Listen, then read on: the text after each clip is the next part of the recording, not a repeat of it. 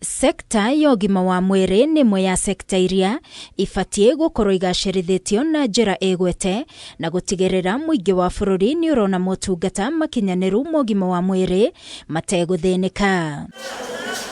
Ndũmĩrĩri-inĩ yake mũtongoria wa bũrũri wa hau kabere Uhuru Kenyatta ĩrĩa ĩthomirwo nĩ mũtumia wake hĩndĩ ya igongona rĩa kũhumba arutwo thũmbĩ thukuru-inĩ mwerũ wa AMREF International University mwena wa Northlands, augĩte harĩ na bata wa kwarĩra mĩtaratara mĩkinyanĩru ya kũgacĩrithia sekta ya ũgima wa mwĩrĩ nĩguo bũrũri ndũgekore harĩa warĩ hĩndĩ ya kĩng'ũki gĩa COVID-19.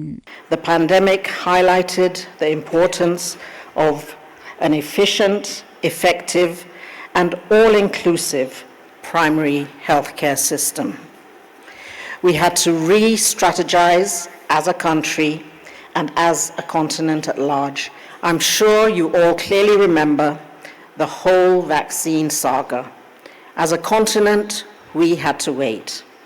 I believe if we had built our own capacity within our continent, we would not have been left at the mercies of the Western world.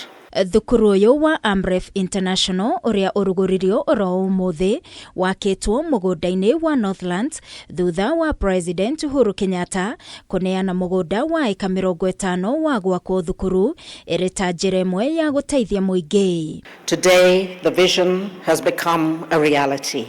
And I'm extremely grateful to the leadership of AMREF International University for inviting me today to officially open this prestigious Northlands campus. I believe that this institution will change the face of medical practitioners and systems within the continent and beyond. He told me in his retirement he wants to see what legacy he can grow with us.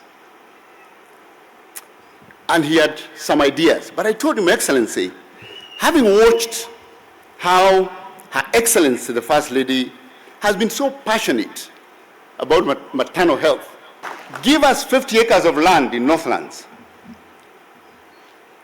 and we will make you proud.